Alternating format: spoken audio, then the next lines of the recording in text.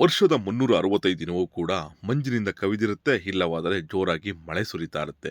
ಈ ನಮ್ಮ ಮಲೆನಾಡು ಭಾಗಕ್ಕೆ ಪ್ರವಾಸಿಗರು ಬರುವುದು ಸ್ವಲ್ಪ ಕಡಿಮೆನೆ. ಯಾಕೆ ಅಂದರೆ ರಸ್ತೆ ಮಧ್ಯದಲ್ಲಿ ಸಿಗೋ ಗುಂಡಿಗಳು, ಕಿರುದಾದ ರಸ್ತೆಗಳು ಇವನ್ನೆಲ್ಲ ದಾಟಿ ಹೋಗಬೇಕು ಅಂತಂದರೆ ಸ್ವಲ್ಪ ಪ್ರವಾಸಿಗರು ಬರೋದು ಕಮ್ಮಿ.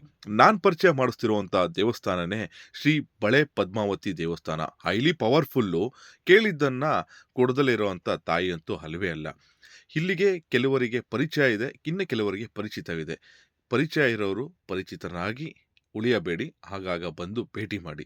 ಇಲ್ಲಿನ ದೇವಸ್ಥಾನದ ಮಹಿಮೆ ಹೇಳಬೇಕು ಅಂತಂದರೆ ನಮ್ಮ ಕೈಯಿಂದ ಹೇಳೋಕ್ಕಾಗಲ್ಲ. ಅಲ್ಲಿನ ಅರ್ಚಕರೇ ಕೂಡ ನಿಮಗೆ ಎಲ್ಲವೂ ಕೂಡ ವಿವರಿಸ್ತಾರೆ. ಅಮ್ಮನವ್ರ ಗುಡಿ 4 ಕಡೆ 4 ಮುಖಾಗಿ ಬೀಳುತ್ತೆ. ಪೂರ್ವ, ಪಶ್ಚಿಮ, ಉತ್ತರ, ದಕ್ಷಿಣ. ಅದಕ್ಕೋಸ್ಕರ ಈ ಅಮ್ಮನವ್ರು ಏನು ಸೂಚನೆ ಕೊಡ್ತಾರೆ, ನನ್ನ ಮೂಲ ಸ್ಥಳದಲ್ಲಿ ಚತುರ್ಮುಖವಾಗಿ ಪ್ರತಿಷ್ಠಾಪನೆ ಮಾಡಿ ಅಂತ ಸೂಚನೆ ಕೊಡ್ತಾರೆ. ಇದೇ ಒಂದು 15 ವರ್ಷದ ಹಿಂದೆ ಇಲ್ಲಿ ಬ್ರಾಹ್ಮಿ ಮುಹೂರ್ತದಲ್ಲಿ ಅಮ್ಮನವರು 4 ಗಂಟೆ ಅಷ್ಟೊತ್ತಿಗೆ ಅದೇ ಗಂಟೆ ಬಡ್ಕೊಂಡು ಎಲ್ಲ ಓಡಿ ಬಂದು ಮುಂದಿನ ಬಾಗಿಲು ತೆಗಿಬೇಕು ಅಷ್ಟೊತ್ತಿಗೆ ಗಂಟೆ ನಿಂತು.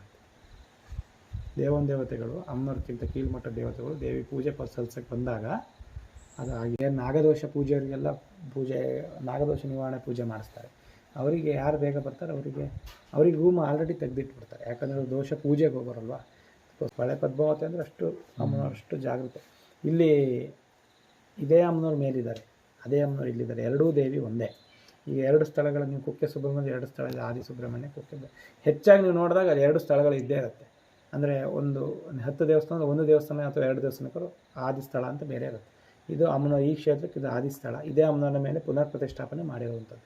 ಅದಕ್ಕೋಸ್ಕರ ಈ ಸ್ಥಳದಲ್ಲಿ ಬಳೆಯನ್ನು ಹೊರತುಪಡಿಸಿ ಯಾವುದೇ ರೀತಿ ಸೇವೆಗಳನ್ನು ತಗೊಳೋದಿಲ್ಲ. ಬಳೆ ಮತ್ತು ಹೂ ಮಾತ್ರ.